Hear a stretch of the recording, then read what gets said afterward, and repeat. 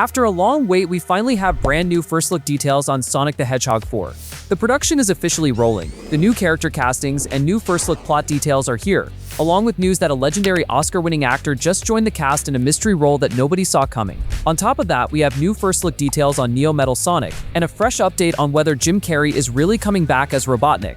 But that's not even the craziest part, because we are also breaking down whether Rouge the Bat and Silver the Hedgehog are finally being introduced in this movie, and trust me, the news get crazier. Alright, before we get into all of it, I covered Amy's official casting reveal in my last video. Kristen Bell is casted as Amy Rose. But what I want to do is quickly set the stage, because the first look that followed the casting, that is where things got real. Because of Metal Sonic's role in this movie, everything just got a lot more interesting. Here is the thing about Metal Sonic that most casual viewers do not fully understand. In the video games, Metal Sonic has two modes. His base form, the sleek, cold, robotic copy of Sonic, cannot talk. He is deliberately silent. Robotnik built him for pure speed and destruction, not conversation. But in Sonic Heroes, Metal Sonic evolves. He transforms into Neo Metal Sonic, a superior form where he can speak, mirror any character's abilities, and here is where it gets wild. Just recently, insiders reported that Sir Ben Kingsley has joined the cast of Sonic the Hedgehog 4 in what is described as a, quote, key role. That's it. No character name, no details, just a key role. And now the entire fandom is losing its mind trying to figure out who he is playing. I saw many reports dominating right now, and most are saying Kingsley voices Metal Sonic. Sonic 4 almost certainly needs Metal Sonic to talk, and landing Kingsley for that role would be enormous. Let me know what you think about this. But this isn't even the craziest news we have, because we have details on Tails, Silver, and more characters later. Okay, now before we dive into first look on the locations and other characters, let's talk about the Jim Carrey situation. And you need to hear the full story. Going into Sonic 3, there were real questions about whether Carrey would come back. He famously hinted at retirement back in 2022. Then he returned for Sonic 3 and knocked it out of the park, playing both Ivo Robotnik and Gerald Robotnik. Then just recently, insider reports dropped the scoop. Quote, in case you thought he was done, Paramount is talking to Jim Carrey about returning for Sonic 4, and just weeks later, as production kicked off, The Hollywood Reporter confirmed it. Jim Carrey is reprising his role as Dr. Robotnik in Sonic the Hedgehog 4. That's not a rumor. That is a confirmed cast report. And Carrey himself, he said, I'm definitely open. I'm open to the idea, and generally they come to me with the next idea, and if I go, that sounds fun, then I'll do it. He also said, certainly I love this crew. I love this gang that makes these movies, and I love the fans. That is not someone checking out, that is someone locked in. Let me know what you think about this, because the comments in my last video were making jokes about Jim Carrey never retiring at this point. Now let us talk about first look on locations. The official confirmed production base is Vancouver, British Columbia, Canada. That comes directly from the IMDb production listing and the Industry Film Alliance database, with a listed shoot starting date in early 2026. Vancouver has been a home base for the Sonic franchise before. Sonic 1 and Sonic 2 were both filmed there, so that checks out. But here's the location reveal that genuinely caught the community off guard. Dutch Drone Gods, a professional aerial and FPV drone cinematography company, listed Sonic the Hedgehog 4 as one of their projects on their official website. And they specified that back in October 2025, they traveled to Bora Bora and Tahiti to film drone footage for the film. And if you're thinking, wait, what would Sonic be doing in Bora Bora? But think about Little Planet. In Sonic CD, Little Planet is a mysterious floating landmass that appears above Never Lake once a year. It all fits, and it would make for one of the most visually stunning sequences in the entire franchise. Jeff Fowler's own set photo also showed that grassy outdoor terrain with full blue screen surrounding, which connects to the idea that a lot of the environmental world building is being composited digitally over real locations. Sonic 4 is clearly going for scale in ways the previous films did not.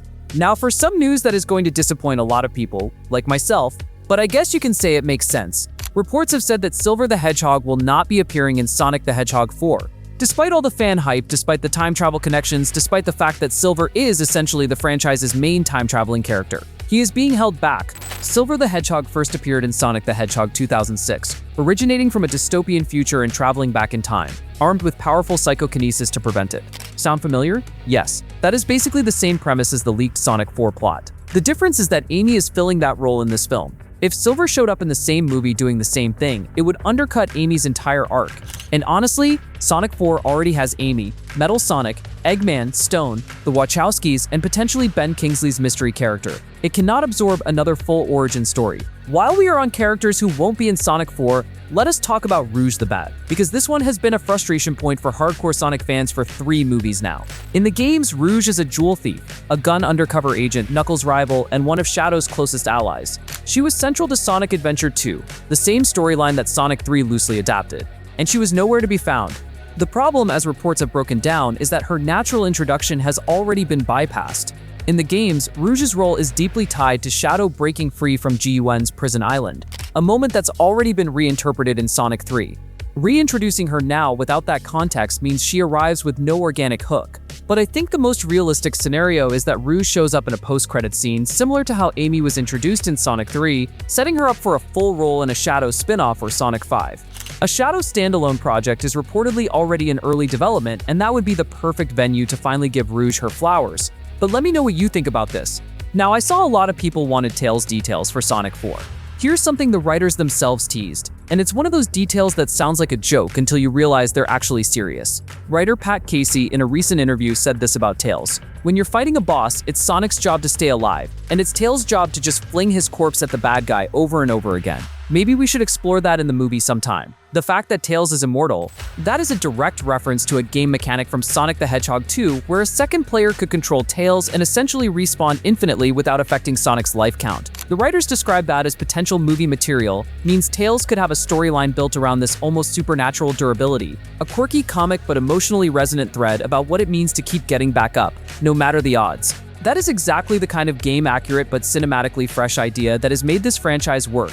We also got teased with a major first look for Sonic 4, moving away from the military-heavy Earthbound conflicts of Sonic 3 and toward more fantastical locations, potentially including iconic zones from the games. Quote, "We'd love to explore more fantastic places. That could mean Little Planet, the floating world from Sonic CD like we talked about. That could mean Amy's home planet. The franchise is officially going bigger." What I didn't cover in my last video was people asking about Sonic and Amy's relationship in the movie. Reports say they want Amy to earn her place in Team Sonic on her own merits, the same way Knuckles and Shadow were developed before they integrated into the group. IGN described Belle's Amy as Sonic's pal and possible love interest, deliberately keeping both options open. New first look reports say Sonic 4 is unlikely to make Sonic and Amy a full couple by the time the credits roll. Their game history and the writer's philosophy both suggest a slower burn. What is far more likely is a foundation-building film. Amy proves herself as an equal to Sonic, mutual respect forms, tension simmers, and the romance is seeded for Sonic 5 to pay off.